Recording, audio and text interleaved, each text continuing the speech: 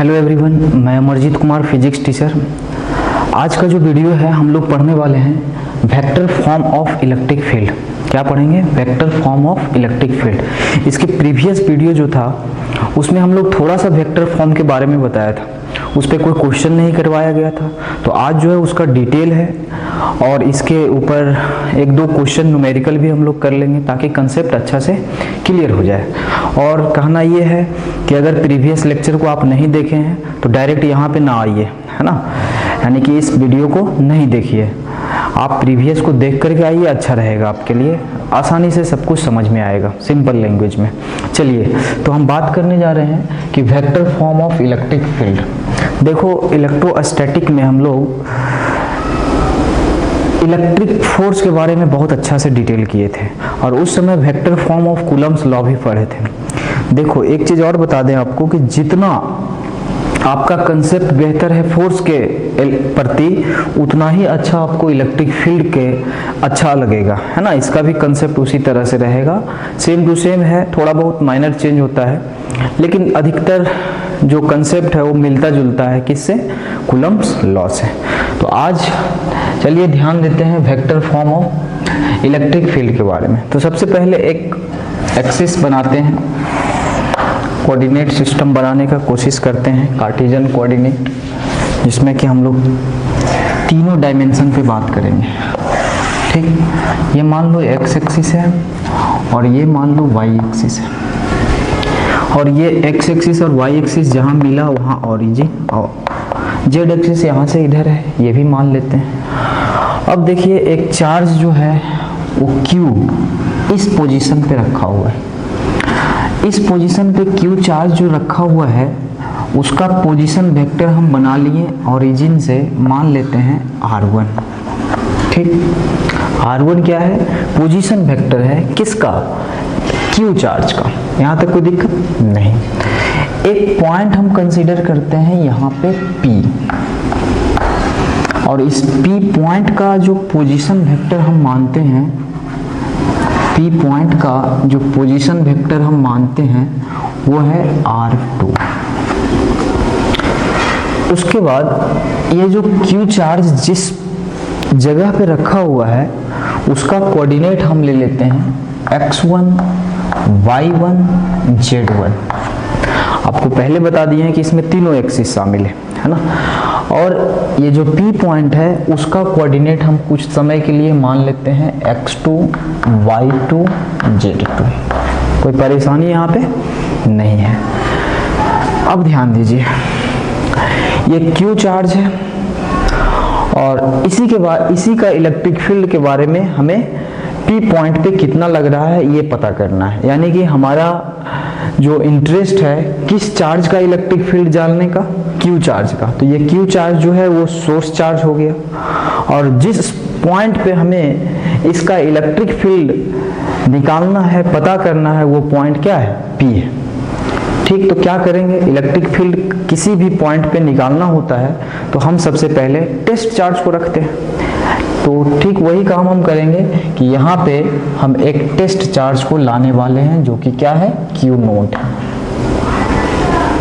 और वो टेस्ट करके बताएगा कि इस P पॉइंट पे कितना इलेक्ट्रिक फील्ड का स्ट्रेंथ है, यानी कि कितना ये Q चार्ज के द्वारा जो इलेक्ट्रिक फील्ड प्रोड्यूस हुआ वो कितना इसके ऊपर फोर्स लगा रहा है। आइए ध्यान देते हैं। अब हम क्या करने जा रहे हैं, ये दोनों को हम मिला देते हैं, लाइन ज्वाइनिंग तो करना पड़ेगा, और इसको हम लोग R मान लेते हैं वेक्टर के फॉर्म में। अब आपसे मेरा सवाल ये है कि R1 क्या है? तो R1 is the position vector of source charge लिख सकते हैं, कोई दिक्कत इसमें नहीं। R1 is the position vector of source charge, यहाँ तक कोई दिक्कत नहीं। अब R2 के बारे में बताइए क्या है? Position vector of test charge लिख दें, यानी Q नोट। अब इसके द्वारा यहाँ पे कितना इलेक्ट्रिक फील्ड है, यानी इस पॉइंट पे इलेक्ट्रिक फील्ड का स्ट्रेंथ निकालना है। तो सबसे पहले ये दोनों के बीच डिस्टेंस तो ये पता चल जाए R। तो अकॉर्डिंग टू ट्रायंगल लॉ आपको पहले बता चुके हैं, है ना। अकॉर्डिंग टू ट्रायंगल लॉ से आप R बराबर क्या निकाल लिए थे, है ना। R बराबर कितना आया था उस समय, R2 माइनस R1 वेक्टर। और ये हम मान करके चल रहे हैं कि R2 माइनस R1 आपको निकालने के लिए आता है, ठीक। यहाँ तक कोई दिक्कत नहीं है। अब इलेक्ट्रिक फील्ड निकालना है P पॉइंट पे, तो देखो निकालते हैं। इलेक्ट्रिक फील्ड P पॉइंट पे चाहिए, तो पहले मैग्नीट्यूड के फॉर्म में लिख लेते हैं। कितना लिखते थे, C डैश यानी कूलम्स कांस्टेंट, और उसके बाद सोर्स चार्ज डिवाइडेड बाई ये दोनों के बीच का डिस्टेंस कितना है, यानी R स्क्वायर। तो आप कहोगे सर मैग्नीट्यूड के बारे में तो पता ही था, हम लोग तो वेक्टर फॉर्म पढ़ रहे हैं, है ना। यानी ये स्केलर फॉर्मेट में है, अब वेक्टर फॉर्मेट में पढ़ना है, तो वेक्टर फॉर्म में इसको क्या आप ऐसे लिख सकते हो, C dash Q by R square, और R का यूनिट वेक्टर आप ले लो। R का यूनिट वेक्टर लोगे तो R यूनिट वेक्टर तो आपको निकालने के लिए आता है ना, कि जिस वेक्टर का यूनिट वेक्टर निकालना है उस वेक्टर में उसी के मैग्नीट्यूड से क्या करते हैं, डिवाइड कर देते हैं। यानी कि ET is equal to C dash Q divided by R square, और यहाँ पे हम कितना रखेंगे, R vector divided by R का मैग्नीट्यूड। यानी फाइनली हमें वेक्टर के फॉर्म में electric field at point P कितना मिल गया जी, C डैश Q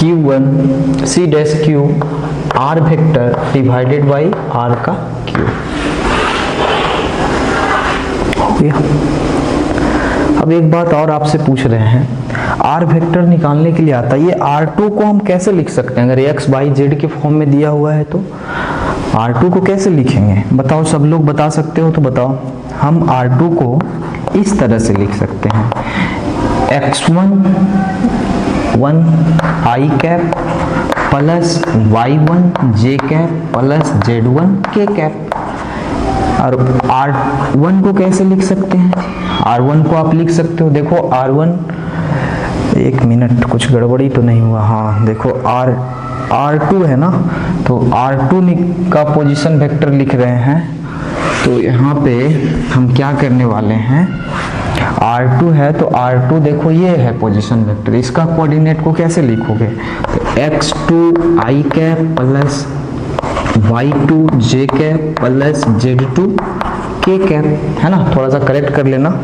और R1 का पोजीशन वेक्टर का कोऑर्डिनेट कैसे लिखाएगा, x1 कितना I cap plus y1 j cap plus z1 k cap. अब आपको R2 माइनस R1 निकालना है, R2 माइनस R1 निकालना है, तो कैसे निकल जाएगा, x2 minus x1 I cap plus y2 minus y1 j cap, ठीक है जी, plus z2 minus z1 k cap. ये R2 माइनस R1 वेक्टर निकल गया। इसका मैग्नीट्यूड भी चाहिए होता है ना, इसका मैग्नीट्यूड भी चाहिए, तो I के बगल वाले का स्क्वायर, फिर J के बगल वाले का स्क्वायर, K के बगल वाले का स्क्वायर का अंडर रूट कर देते हैं, ये सारा चीज पता है ना। अच्छा, इसको इस तरह से और लिख सकते हो, इसके फॉर्म में C dash Q R vector कितना लिखें, R वेक्टर जो आया वो क्या है, R2 माइनस R1, ठीक, और डिवाइडेड बाई R का मैग्नीट्यूड है ना, तो R2 माइनस R वेक्टर का मैग्नीट्यूड का पावर Q। यहाँ तक समझ में आ गया। यही फॉर्मूला आपको हेल्प करेगा वेक्टर फॉर्म में इलेक्ट्रिक फील्ड कैलकुलेट करने के लिए। और सुनो, जब सोर्स चार्ज का डिफरेंट दिया हुआ रहेगा, एक्स कोऑर्डिनेट वाई कोऑर्डिनेट, और जो पी पॉइंट पे यानी कि टेस्ट चार्ज का भी अलग अलग कोऑर्डिनेट दिया हुआ रहेगा, तो आप इस फॉर्मूला के हेल्प से कैलकुलेट कीजिएगा। ध्यान रहे वेक्टर ऑपरेशन कर रहे हैं तो क्यू को रखना है विथ साइन, तो तभी तो डायरेक्शन पता चलेगा, विथ साइन रखना होगा। एक बात और यहाँ पे है, एक कंफ्यूजिंग टर्म है। आपको मन में लग रहा होगा सर किसी का मन हुआ तो यहाँ R2 भी तो मान सकते हैं ना, इस यानी कि Q जो सोर्स चार्ज है उसका पोजीशन वेक्टर हम R2 मान लेंगे और इसका R1 मान लेंगे, तो क्या उस समय ये फॉर्मूला वैलिड होगा कि नहीं? ये हमेशा वैलिड है, लेकिन एक चीज ध्यान देना कि जो हम माने हैं वो R2 किसका पोजीशन वेक्टर है? Position vector of test charge, यानी जहां पे इलेक्ट्रिक फील्ड निकालना है, समझे? और R1 किसका है? Position vector of source charge, मतलब जिसका इलेक्ट्रिक फील्ड निकालना है। तो ये ध्यान दीजिए, आप कुछ भी R1, R2, R final, R initial कुछ भी मान सकते हो, बट ये ध्यान देना कि घटता किसमें है? R2 माइनस R1, मतलब position vector of test charge में माइनस होता है position vector of source charge. समझ गए बात को? और ये कीजिएगा तो आप बढ़िया से बना दीजिएगा, बिना एरर का क्वेश्चन बन जाएगा। नोट कर लीजिए इसको, आगे बढ़ते हैं। अब इसके ऊपर हम क्वेश्चन ले लेते हैं, नोट कर लिए होंगे। चलिए मिटा दिया जाए, फॉर्मूला ध्यान में रखना जी, क्वेश्चन बनेगा बहुत अच्छा से बनेगा।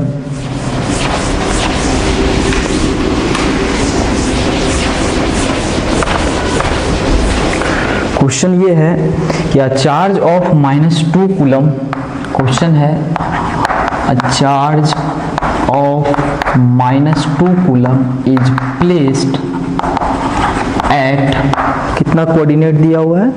Eight position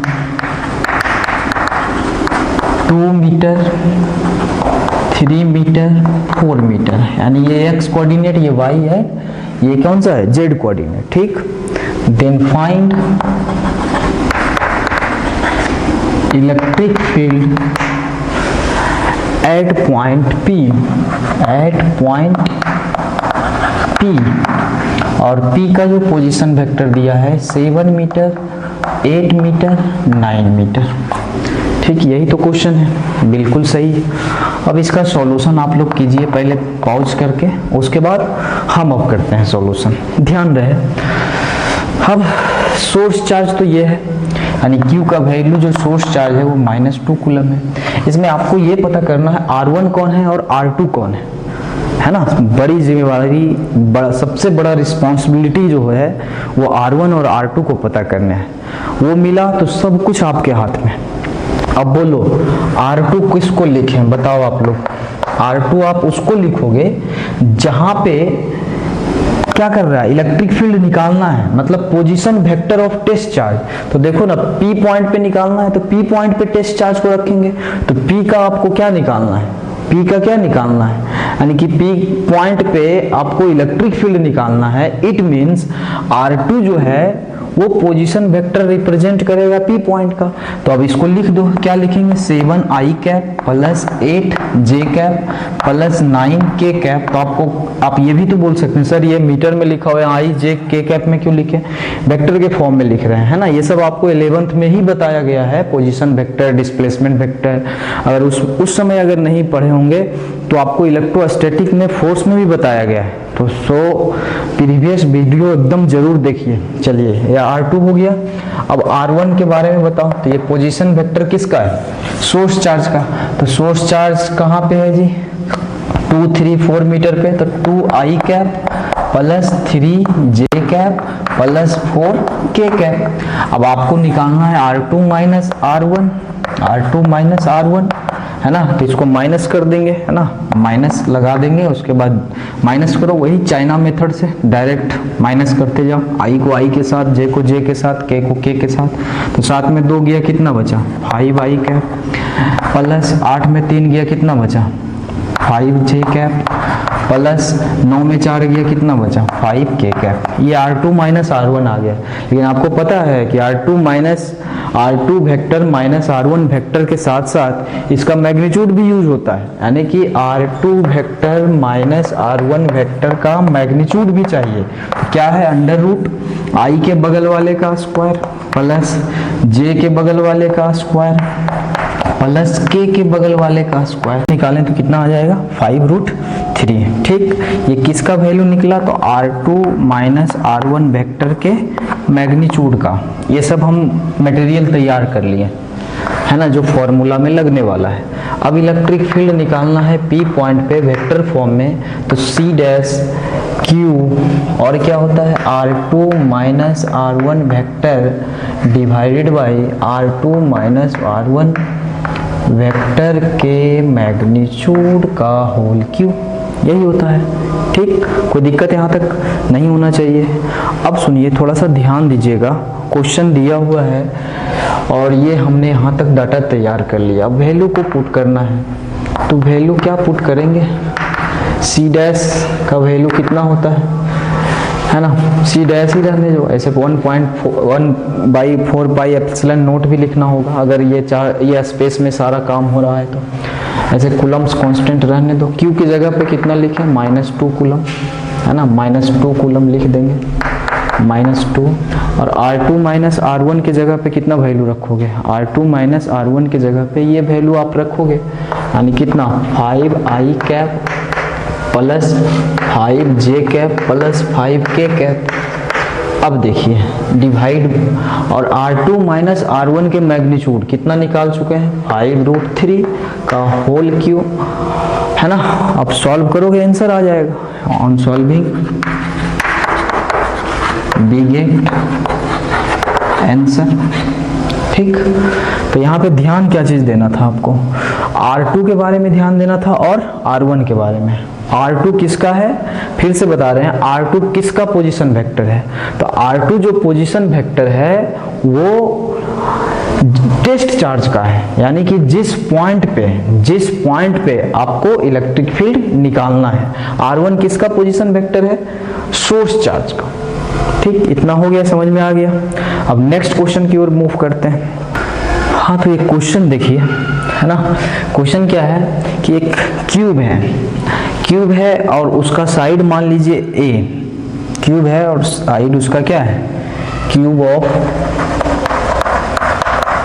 side A।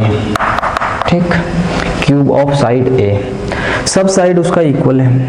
ठीक, और वो साइड जो दिया हुआ है वो कितना का है, 1 मीटर का। मान लीजिए A बराबर कितना दिया हुआ है, 1 मीटर।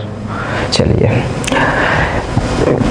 अब क्यूब है तो ये इसमें तीनों डायमेंशनल इन्वॉल्व है, यानी 3D बॉडी है।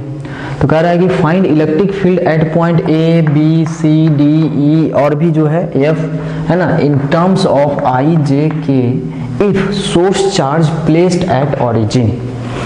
समझ में आया, ये एक्सिस x है, ये एक्सिस y है, ये एक्सिस z है, तो यहाँ ओरिजिन है। ओरिजिन पे x कोऑर्डिनेट, y कोऑर्डिनेट और z कोऑर्डिनेट सबका सब 0 है। ठीक, 0 होता है। अब यहीं पे ये सोर्स चार्ज रखा हुआ है कैपिटल Q। अब ये सोर्स चार्ज रखा हुआ है तो ऑटोमेटिकली आप समझ जाइए कि इसका प्रभाव क्षेत्र तो बन गया हुआ है ना, उसी को इलेक्ट्रिक फील्ड बोलेंगे। और उस इलेक्ट्रिक फील्ड के अंदर बहुत सारे पॉइंट रखे हुए हैं। अब कह रहा है कि इलेक्ट्रिक फील्ड निकालना है A पॉइंट पे, B पॉइंट पे, C पे, D पे, E पे, F पे, G पे, अलग अलग पॉइंट पे। तो कैसे निकालेंगे, देखो ये एक ऐसा क्वेश्चन है कि बहुत अच्छा से प्रैक्टिस हो जाएगा कि इलेक्ट्रिक फील्ड का कैलकुलेशन वेक्टर फॉर्म में कैसे किया जाता है। कभी कभी ऐसा क्वेश्चन आता है जिसमें कि ये कोऑर्डिनेट नहीं दिया हुआ रहेगा, सिर्फ कह देगा कि ओरिजिन पे रखा हुआ है, क्यूब का ओरिजिन पे। तब आपका क्या करोगे, तो देखो तब क्या करोगे, आपको ये वेक्टर में भी पता होगा, ये वेक्टर से ही चलते आ रहा है। इसका कोऑर्डिनेट निकालने के लिए आपको प्रैक्टिस करवाया गया है वेक्टर में भी, और दूसरा चीज इलेक्ट्रिक फोर्स में भी बताए हैं। और अब भी समझ में नहीं आया तो घर में जिस रूम में आप रह रहे हैं उस रूम को ही क्यूब मान लीजिए। ठीक, और ये तरीका है, आसान हो जाएगा आपको कोऑर्डिनेट को सॉल्व करने में कि कहाँ का कोऑर्डिनेट कितना है। और क्यूब मान लीजिए, और क्यूब मानिए ऐसा क्यूब जिसका साइड कितना है, 1 मीटर का हो। और उसके बाद एक कॉर्नर पकड़िए, वहाँ पे खड़ा हो जाइए और उसको ओरिजिन मानिए, और उसके बाद देखते जाइए कि कहाँ पे किस कोऑर्डिनेट में कैसे है ना, किस कॉर्नर कितना कोऑर्डिनेट का है। ये आप प्रैक्टिस कीजिएगा तो आ जाएगा, बिल्कुल हमें विश्वास है आपको भी होना चाहिए। चलिए आइए ध्यान देते हैं। तो हम आपकी सहूलियत के लिए हम कोऑर्डिनेट भी लिख दिए हैं कि A का कोऑर्डिनेट कितना है, B का कितना है, C का कितना है, D का कितना, E का कितना है।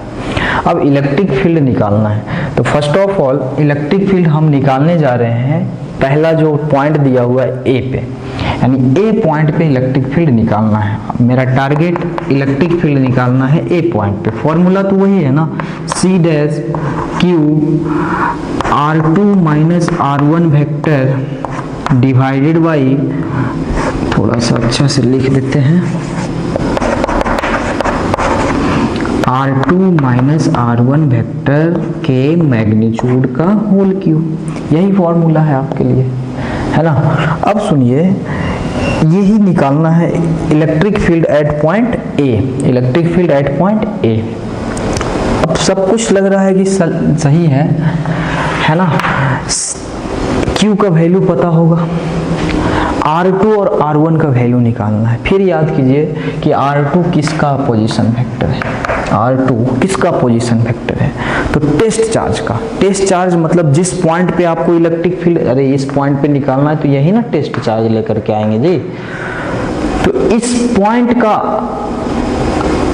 जहां पे इलेक्ट्रिक फील्ड निकालना है उसका ये R2 पोजीशन वेक्टर है। तो क्या बताओ, इसको कैसे लिखेंगे, 1i cap plus 0j cap plus 0k cap. R1 किसका पोजीशन वेक्टर है, R1 किसका है, सोर्स चार्ज का पोजीशन वेक्टर। तो सोर्स चार्ज कहाँ रखा हुआ है, ओरिजिन पे, तो 0i cap plus 0j cap plus 0k cap हो जाएगा। अब R2 माइनस R1 निकालो, R2 माइनस R1 वेक्टर निकालो, घटा दो i में i के साथ, j को j के साथ और k को k के साथ। तो ये कितना आ जाएगा, 1i cap plus 0j cap plus 0k cap. ये नहीं भी लिखोगे 0 0 तो काम चलेगा। अब R2 माइनस R1 वेक्टर का मैग्नीट्यूड बताओ, तो i के बगल वाले का स्क्वायर, j के बगल वाले का स्क्वायर प्लस k के बगल वाले का स्क्वायर, कितना आ जाएगा जी, R2 माइनस R1 का मैग्नीट्यूड आ जाएगा √1 दैट इज 1। ठीक, यहाँ तक कोई दिक्कत नहीं। अब वैल्यू पुट कर दो। अब क्या सोचना है, अब तो सारा चीज तैयार है और ये रहा आंसर आपके हाथ में। सी डैश क्यू की जगह पे क्यू ही पुट करेंगे और चूंकि पॉजिटिव है तो पॉजिटिव में कर दिए। R2 माइनस R1 को कितना लिख सकते हैं, आई कैप लिख दो, अरे ठीक, कोई दिक्कत नहीं। और 1 का कितना जी, होल क्यूब कर देंगे, आ जाएगा answer C dash Q I cap, है ना। यहाँ तक समझ में आया। ठीक इसी प्रोसेस से आप electric field at B point निकालिए। क्या बदलाव होगा electric field at point B निकालने में, क्या R1 का पोजीशन वेक्टर बदलेगा, क्या सॉरी Q का पोजीशन वेक्टर बदलेगा, यानी R1 बदलेगा, नहीं बदलेगा। ये तो यहीं पे है, ये फिक्स हो गया ना, ये क्या है, फिक्स। तो R1 that is position vector of source charge नहीं बदलेगा, कौन बदलेगा, तो टेस्ट चार्ज का पोजीशन वेक्टर बदलने वाला है, क्योंकि आपने पॉइंट को ए से अब चेंज कर दिया बी पे, तो अब तो बी पे ला करके रखेंगे ना टेस्ट चार्ज, और बी दैट इज ये टेस्ट चार्ज यहाँ पे रख दिए, तो अब इसका पोजीशन वेक्टर तो अलग होगा, है ना, बिल्कुल ए से अलग है, क्योंकि पोजीशन ही अलग है तो पोजीशन वेक्टर भी अलग होगा।